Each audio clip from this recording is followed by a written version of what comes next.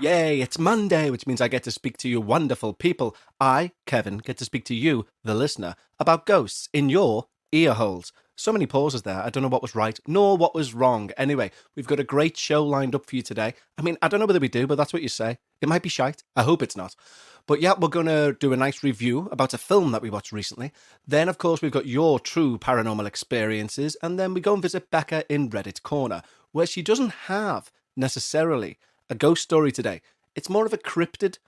In my opinion, it's more of a fucking wardrobe, but we will find out. Anyway, I do hope you're all doing well. And if you're not doing well, just remember life inevitably is a farce. So just please laugh at everything because everything's stupid, really, isn't it? I was thinking this the other day. Everything that I get wound up about, or used to get wound up about, or will get wound up about in the future, ultimately, it's a farce. Do you know what I mean? Like if I fall out with someone or there's someone in a shop who disagrees with what I'm saying or won't give me a refund, it's like take steps back. I've found rarely works, and you will end up laughing. If you take enough steps back, you will end up laughing from any situation. Do you know what I mean? It's like, wait there, we're arguing because I won't get a refund on these pants. Take a step back and you go, we're arguing over pants. There you go, just one step back and we're laughing already. But I find that can work with most situations. Anyway, that's enough Dr. Filling for me. Did I tell you all that the neighbour's cat's now got a boyfriend? Or she thinks she's got a boyfriend. We got her a collar because, the neighbour wanted us to get one. And it's pink. And she chose it herself. We wasn't trying to do any sort of gender conformity, but she chose it by sniffing a selection of collars and chose a pink one. And then this cat who she'd been looking at the window, or out the window at, is like a big, massive male cat. You can tell it's just proper hench. Anyway, he didn't have a collar. And then we got her one. Next thing, he rocks up in a blue collar. Mess around with gender roles, as the James song goes. But honestly, I was like, how did he do that? Did he go back to his owners and be like, mama, mama, mama, and point at his neck? And they were like, blue collar, of course. So, don't know. Unless he just went, mama, collar. And they went, oh, you speak English. Angleterre, mon chat. Maybe not. Anyway, should we crack on with the show? Yes, we shall. So we, of course, need to say a big thank you to our wonderful Patreons who literally keep this show going. No word of a lie, they do. And when you sign up to Patreon, as a thank you back, not only do I sing your name as a little reward, but and who doesn't want that, let's be honest, but you also get around, it's over 200 hours of extra content just for Patreons. You really do. And if you like this sort of shit that I do, did I just swear? Yes, I did. Then you can get over 200 hours of it. And some of it is really funny. Even I've listened back and went, that's dead funny. And some of it's not. And I've listened back and went, good God, man, that's awful. But some of it is. A lot of stuff we done last summer or the summer before in the pandemic, me and Becca just driving around, is really quite funny. But anyway, you get all that. So go over to patreon.com/we need to talk about ghosts. And I also put out 2 podcasts every week just for Patreons. So yeah, why not go and do that? Treat yourself if you enjoy this sort of stuff. And go over to patreon.com/we need to talk about ghosts. Just like these wonderful new Patreons have. The guitar is well and truly out, and we have 2 wonderful new Patreons today. We have James Matthews and Laura Kerridge. And this little bluesy number is for you. Oh yeah. James Matthew, Laura Kerridge, you signed up to the Patreon. You invest in the things you like and you're helping me keep the show lights on. And I wanna say thank you. Yeah. Ended it on a 7th. Of course we do. That's what we do around here. So don't forget, if you want to sign up and support the show, get all that extra content, etc., head over to patreon.com/we need to talk about ghosts. Now, let's have a paranormal review, shall we? Yes, it's time to do a paranormal review, where I review something in the paranormal sphere so that you don't have to. Yes, it doesn't make sense, baby. Anyway, so what we done this week is me and Becca, as couples everywhere do, and as singletons everywhere do, and as menage-a-trois probably do, is we went through Netflix and decided to try and watch a film. Now, Becca is not one for paranormal films. However, what I've noticed is I can kind of trick her into watching something paranormal if it's got the words suspense and thriller in the little tease thing where they put 3 words at the bottom of the film to let you know what it is. Now, the first one did say, like, paranormal or something. But the other 2, I said, look, it's more of a thriller. It's more of a thriller. Come on, it'll be like a detective thing. So we watched 1408. Yes, the Stephen King film, spook, well, film from a book, I imagine. Anyway, the premise is really good. Basically, a guy who writes paranormal books, 10 ghosts of the city of Maine and things like that, or 10 haunted hotels in Nottingham, things like that. He writes those type of books, but he's a skeptic and he doesn't believe. But he goes to stay in these haunted hotels and sees what it really is like firsthand and then writes his experiences up. Yes, he does. Now, he's very much of the opinion that these hotels and places play to it and they make it up and invent a load of things that have gone on in order to get more bookings. But then he receives a mysterious postcard from someone saying, "Do not enter room 1408 at the," what's the name of the hotel? The Dolphin or something. And he goes, "Well, I must go there." And then he goes, and then paranormal activity ensues. Now, it's Stephen King, so you'd think it would be good. And I don't know what Stephen King's fascination is with hotels, because he's obviously done The Shining. And this is another hotel-esque. Well, it's in a hotel. It's not even esque. It is a hotel scary film. Is it any good? I've seen rave reviews about it, but I watched it. I didn't think it was great. Becca liked it. And there was a few good little twists and turns within it, like paranormal twists and turns. But for me, he goes very much from a skeptic to a total believer within like 10 minutes. And then you're like, there's still an hour and 20 minutes left of this film. Where can you go just within the confines of this room? And for me, it could have been a 40-minute thriller, which would have been dead good. It didn't need to be that long. It's one thumb up, one thumb down as a review for me, because it's Stephen King, and I know a lot of you listening will probably have seen it and thought, I thought it was dead good. It just didn't do it for me. I'm sorry. So, but again, like the point of me saying this is if you want to go and check it out, it's worth a watch. If you've got nothing better to do for like an hour and a half, it's about 2 hours actually. I'm not too sure. Hour 45 maybe. But if you've got nothing better to do for an afternoon or something, then put it on and tell me what you think about it. I just, I was a bit like, for example, it isn't a spoiler, but there's a bit in it where there's a stone tape ghost. So like a replaying ghost. And it's black and white. The ghost is black and white. That makes no logical sense. Do you know what I mean? Because if it's a replaying even of an act due to an emotional imprint on the walls, it wasn't black and white. If you want to see a stone tape theory ghost done well, there is the original film of The Eye, which ended up being an Americanized film with Jessica Alba in. If you watch the original film The Eye, I think it's Korean, they feature a fantastic, utterly terrifying stone tape theory ghost jumping off a balcony. And it's, oh my God, it's, even now thinking about it, sends a chill down my spine. But this Stephen King one just wasn't. It was black and white. He wasn't black and white when he was alive, was he? Why is it now in black and white? I know they're trying to signify, well, it was in the olden days. Yeah, but the world wasn't in black and white, was it? Do you know what I mean? Anyway, so one thumb up, one thumb down. If you've got nothing better to do, put it on. If you've already seen it, then tell me if you agree or disagree with my report. Anyway, let's get to some true paranormal experiences, shall we? Hooray, it's time for my favourite part of the week, where I get to read your wonderful true listener experiences, and then I can discuss them with myself, of course, and they tend to be really scary and really great, so thank you. And don't forget, if you've got a terrifying experience, or just a ghostly one in general, send it over to contact@talkaboutghosts.com, and I will read it out, for that's the transactional deal that we have here, on a listener story podcast. So our first email today comes from Elijah, and they write, Hello. I just want to first say that I greatly enjoy your podcast. Thank you, Elijah.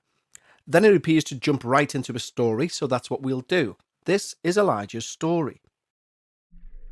I'm from East Tennessee and I small game hunt with dogs. I spend a lot of time in the woods at night and far away from any people or houses. I've seen and heard a lot of things that are unsettling, but they could all be explained away.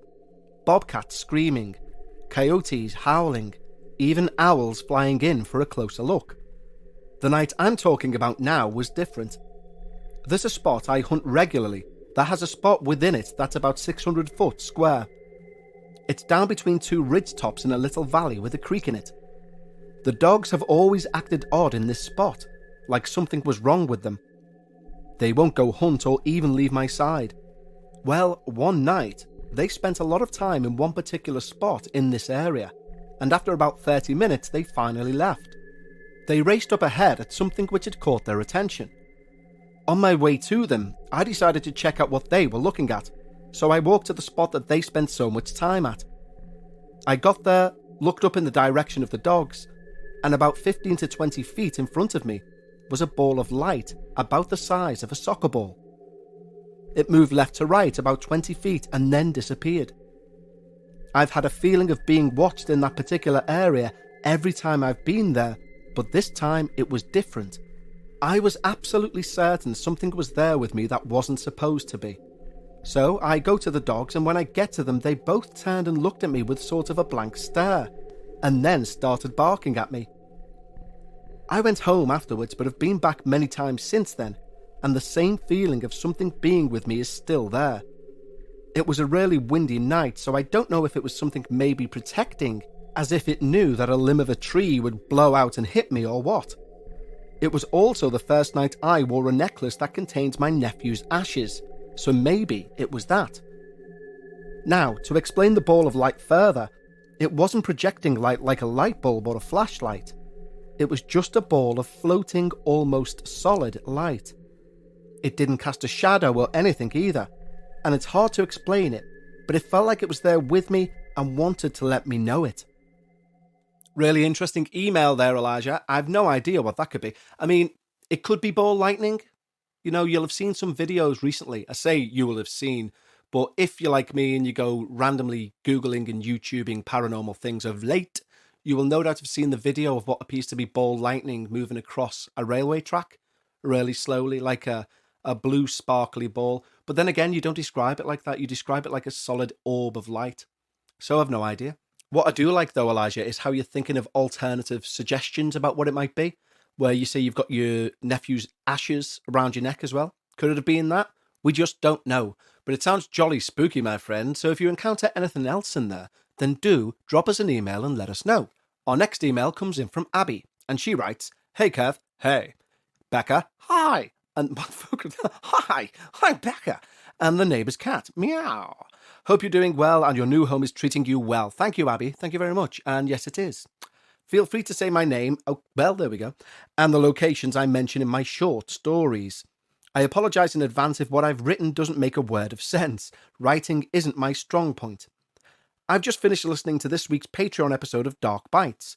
And after listening to that and this week's, in brackets, which will probably be last week's when I get round to sending this email, we need to talk about ghosts, I thought it's about time to write into you guys. Although my story isn't exactly terrifying, as others that have been on the show, I thought you'd appreciate a good story. Yes, we do, Abby. Being a local girl, the areas I'm about to discuss with you will probably be familiar to yourself. So there we go, ladies and gentlemen. We have Abby on, and she is a fellow Scouser, meaning she's from my hometown of Liverpool. Hooray, right here in the locale. So I'll just address her very quickly in Scouse. Nice one, Abigail. This is boss that you sent us in, you know. Anyway, this is her story. Me and my partner moved into our new apartment a little over a year ago, which is in the Otterspool area, right on the River Mersey. The apartments we live in I wouldn't say are exactly new, nor are they old.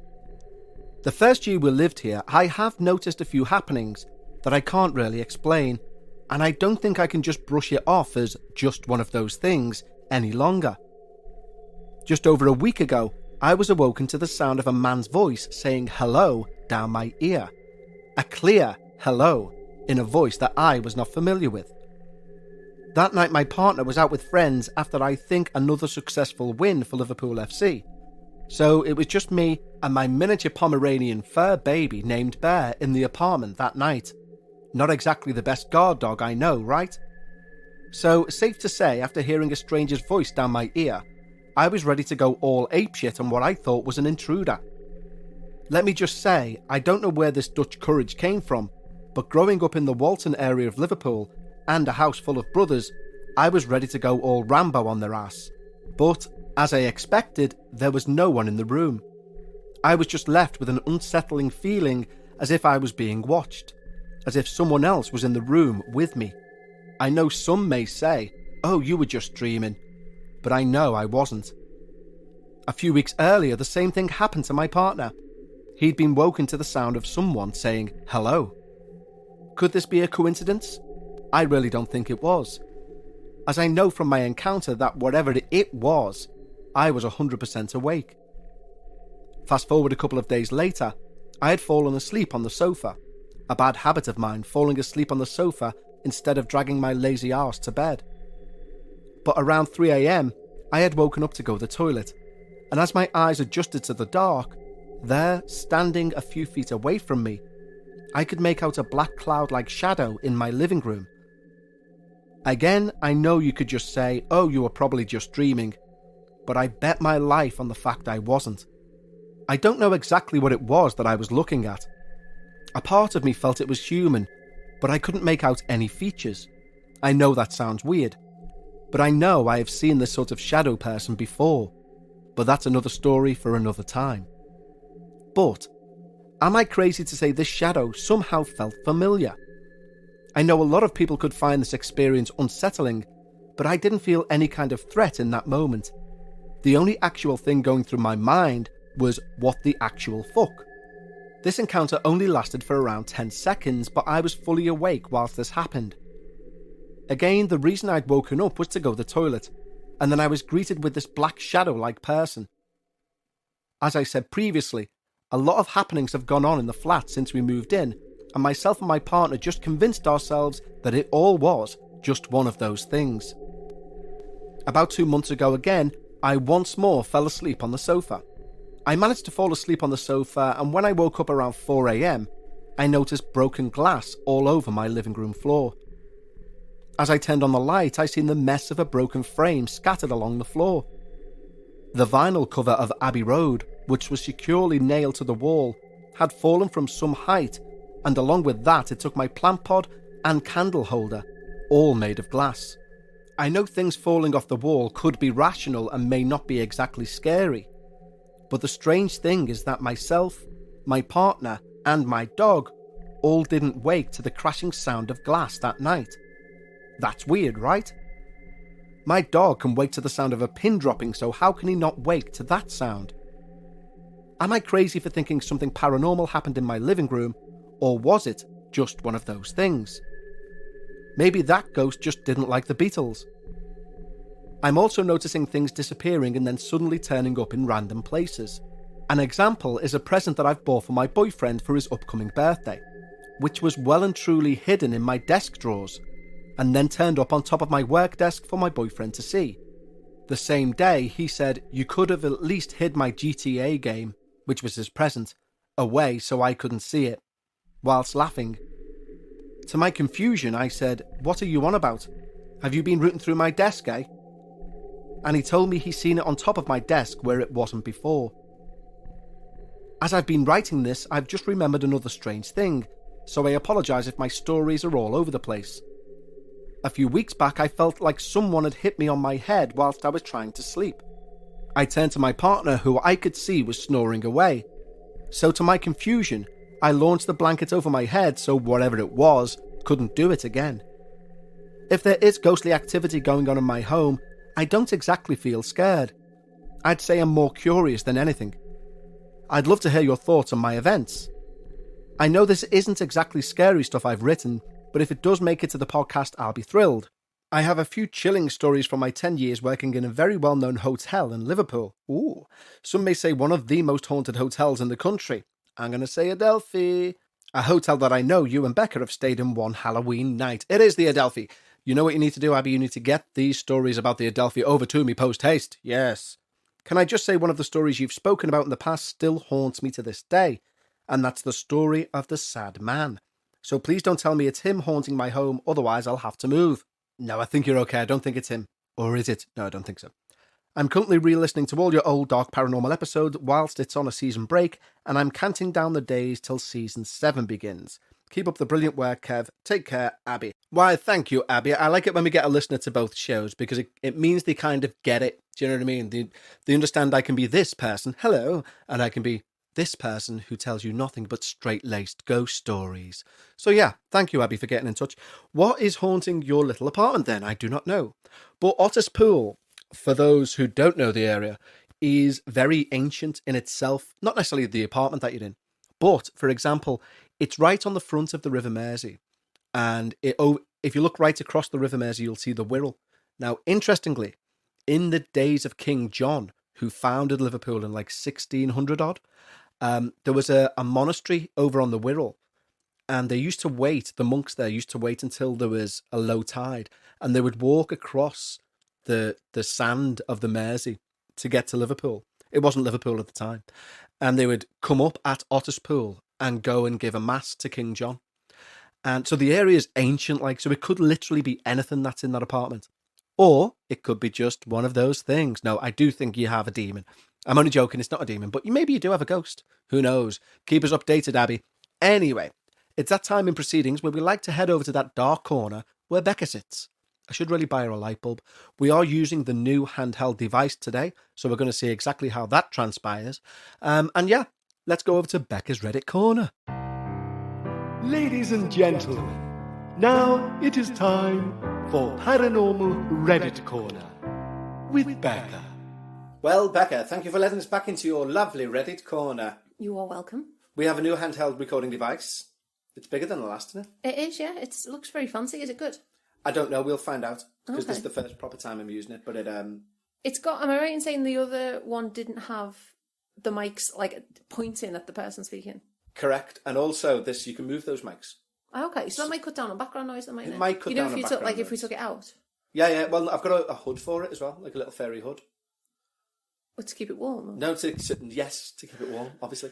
No, so that it's like a windproofer or something. So that when you're on a microphone, you're like in the wind. Yeah. Apparently on this, you're in nothing because it's got a hood on. Oh, that's good. Yeah. Okay, very good. Right, let's see how we get on. Well, yeah, okay. So last week, of course, you told us that the house was haunted. That wasn't last week. That was the week before, and also I've never said that. Okay. So anything else paranormal to report? No. I did. You bought me as a little gift a black mirror yesterday, didn't you? Did you? An obsidian? Obsidian black mirror. I've wanted an obsidian black mirror for quite a while, but they're obviously quite hard to come by.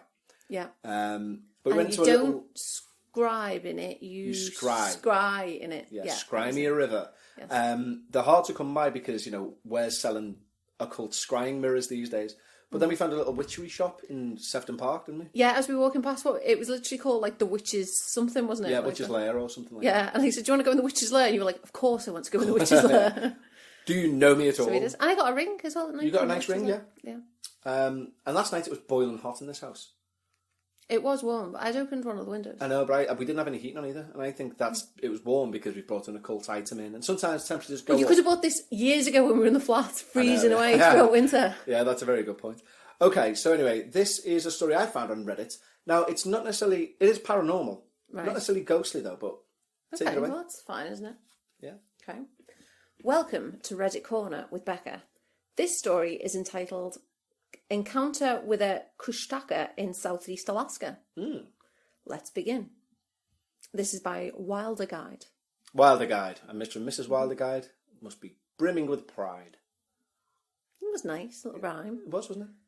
Weird though, out of context. Anyway, As you were. let's begin. Okay, so this happened to my wife a couple of years ago. We live in Southeast Alaska where there is a creature that is known to roam the forest called a Kushtaka or Otterman. They're similar to the Bigfoot of the Pacific Northwest, but legend has it that if you encounter one, it will shapeshift into someone you know and try to lure you into its lair. Try saying that. My wife was running down a trail with our 2 dogs in a local park. She had made 3 laps and was going on her 4th when our dogs suddenly stopped in the trail and started growling at something off in the woods, like really snarling. Our dogs are well behaved, so this was very abnormal for them to do. She walked forward, looking into the woods, trying to see what they were barking at. She rounded a corner and there was a man standing about 40 foot off the trail. She'd never seen this man in her life. He was dressed as if he was homeless. His hair was long and dirty. His face was hidden by mats of hair. This man knelt down behind a log. In self-defence, my wife pulled a knife out. What? Wow. Because she had lost sight of him and didn't know where he was. Right? Okay. Suddenly, out flew a bald eagle from where this man had just been standing. Not an otter. No, a bald eagle. As soon as the man and eagle had disappeared, our dogs were completely fine. They returned to their normal, happy selves. We spent the next couple of weeks researching Otterman and trying to understand more about it. We found out that they were a box you could put shoes in at the end of your bed. Ottoman. Anyway, Am I telling this story or you? you are telling the story. We talked to some local Tlingit elders about the experience, and their interpretation of what happened is that the Otterman was trying to teach my wife some kind of lesson. Put your shoes in here. To this day, we have no idea what that lesson could have been. Shoes. Well, so he wasn't successful then in teaching this lesson. No, clearly not. Also, what the hell? She just goes on a trail and whips out a knife. Yeah. What's this? Is it... There's a homeless man. Knife. Yeah, it can't be legal to carry a knife in the US. Yeah. I mean, Becca, in the US... Can he bazooka in the US? Yeah, but they don't like Kinder Eggs, do they? So I feel like a knife is Well, quite Kinder Eggs are dangerous, in fairness. Yeah, I don't know the laws in the US. It probably varies state to state. Here, you can't just carry a knife around. No, you can't. That's not all right. Yeah, okay. So let's look into this. So the man, so he's 40 feet away and he kneels down behind a log. And this guy reckons that in self-defense she pulled a knife out. Yeah, so he's trying to hide, and in self-defense, the murderer. That wouldn't stand up. I don't think he's 40 feet away. That's quite a distance, and he's retreating, isn't he? He's backing away from. Well, Your Honour, she started screaming and running the other way. So in self-defense, and obviously, so when they're saying a bald eagle flew out from where he'd been standing, they're obviously trying to interpret that the man turned into an eagle and flew off. Yeah, aren't they? That's what they're trying to say. Why would you then Google Otterman? What's a bald eagle and a man got to maybe do? Otterman is. I mean, I can't just stop thinking of fucking Ottomans. But maybe Otterman is like a really crap superhero. No, maybe he is like just a shapeshifter. But they say Otterman because there's lots of rivers and dams around there. Yeah, maybe. I wonder if he sleeps holding someone's hand. Oh, like otters do. Yeah, little otters. But I mean, he'd be a pretty weak superhero, wouldn't he? I am the terror of the night. I hold hands when I fall asleep. So I don't drift So away. I don't drift away. I never lose you. Yeah, it's so sweet. Otters are so sweet. Otters are so sweet. Otter men, on the other hand. Well, yeah, Otterman. I think it's just the one Otterman. There's only one Otterman. I recently we're done with that now. Oh, sorry. Just to go back to this, but legend has it if you encounter an Otterman, it'll shapeshift into someone you know and try to lure you into its lair. But that's not, like, none of the Otterman details are relevant here, because it wasn't someone she knew. It wasn't an otter. Yeah. Like, I don't understand how they've come to the conclusion of Otterman. Yeah, I don't know. And this, seriously, this trying to teach my wife some kind of lesson. Could it have been not to be so quick with the knife, possibly? I am not homeless, please do not attack me. And also, don't attack homeless people. Don't attack anyone. 40 feet away who are hiding. He's more scared of you, clearly, with these snarling dogs. I think she was alright. I know, yeah. Well, Unless he might have just been releasing a bald eagle, just going about his business. Little did he know he was about to be knifed for being an environmentalist. Yeah, probably matted hair. Now, I listened to another podcast. It's very good, and I've done a review in it recently called Monsters Amongst Us. Ooh. Is that about chase shifters? No, it's just people call in and go, I've seen a ghost, I've seen a UFO, I've had an encounter with an Ottoman, basically. But they had a really weird call, which makes me think about this. The other day, this woman called up and said that her uncle said that if she concentrated hard enough, her molecules would change and she'd become invisible. She reckons she then done that and then said to her uncle, if I can do this, I can also change my molecules into a thought, go into your head and make you think what I think. Right. And apparently that worked too. But I mean, I'm saying apparently like she's speaking the word of God, but I don't know. I'm thinking. Are thoughts made of molecules? No, but they are an energy, aren't they? You could unargue it's an energy. But my point is that I wonder if that's what shapeshifting is. The concentration to changing molecules into another. That would make sense. I don't think you could do it with thoughts. I don't think you could do it because with thoughts. Surely if you change them, like molecules are physical things, aren't they? And thoughts aren't physical things. Well, they do create an energy, so I don't know. But also, there is a spell you can do to change from a person into a rabbit. I used to know it off by heart. Did you ever change a person into a rabbit? No, for you to change, not like fucking David Blaine turns someone into a rabbit. Okay, sorry, allow me to God, rephrase. that's so far-fetched. Allow me to rephrase. Did you ever change into a rabbit? No, but it was actually into a hare. Actually, it was something like I will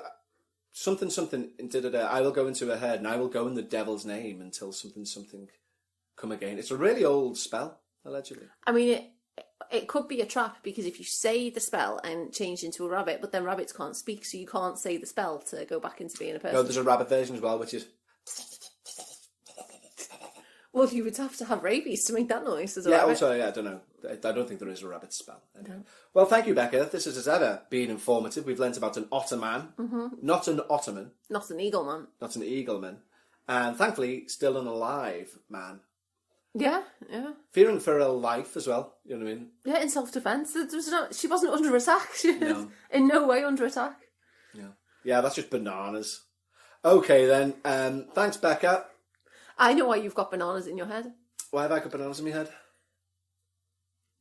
Give that wolf a banana, for that wolf eats my grandma. Give that wolf. Give that wolf.